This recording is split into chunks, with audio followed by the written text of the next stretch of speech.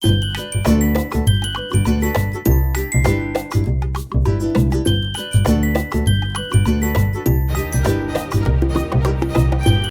Everyone, నా current affairs కనుక మీకు నచ్చినట్లయితే నా ఛానల్ను లైక్ చేసి సబ్స్క్రైబ్ చేయండి.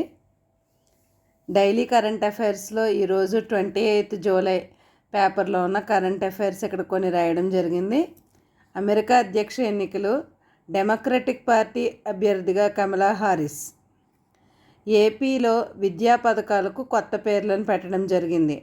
జగనన్న అమ్మఒడి, తల్లికి వందనం, జగనన్న విద్యా కానుక, సర్వేపల్లి రాధాకృష్ణన్ విద్యార్థి మిత్ర, జగనన్న గోరుముద్ద, డొక్కా సీతమ్మ మధ్యాహ్న బడి భోజనం, స్వేచ్ఛ బాలికా రక్ష, మనబడి నాడు నేడు, మనబడి మన భవిష్యత్తుగా, జగనన్న ఆణిముత్యాలు, అబ్దుల్ కలాం ప్రతిభా పురస్కారంగా పేర్లు మార్చడం జరిగింది. అలాగే కొన్ని రాష్ట్రాలకు గవర్నర్ల నియామకం జరిగింది.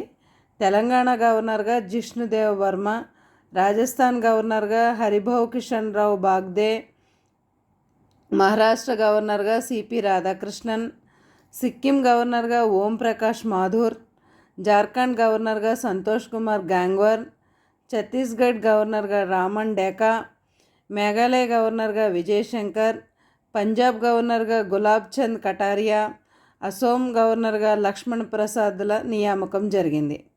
సుదర్శన్ S-400 ఇది రష్యా నుండి భారత్ కొనుగోలు చేసిన ఎయిర్ డిఫెన్స్ వ్యవస్థ.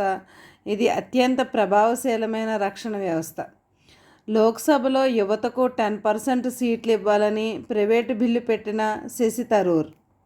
లావోస్ రాజధాని వియంటైన్లో జరిగిన ఆసియాన్ విదేశాంగ మంత్రుల సమావేశం. ప్రభుత్వ పరీక్షల్లో అక్రమాల నిరోధానికి బిల్లు ప్రవేశపెట్టిన రాష్ట్రం బీహార్. 2030 వింటర్ ఒలింపిక్స్ ఫ్రాన్స్లో జరుగుతాయి. వెనిజులా నూతన అధ్యక్షుడు Nicolas Maduro. It's a time for action, world hepatitis దినోత్సవం 2024 థీమ్. యుఏఈలో ఢిల్లీ ఐఐటి క్యాంపస్ ఏర్పాటుకు ఒప్పందం. రెండో ప్రపంచ యుద్ధంలో భారత సైన్యం సహకారానికి ఇటలీ కృతజ్ఞత. ఇటలీలో భారత రాయబారి సంజయ్ వర్మ. Thank you.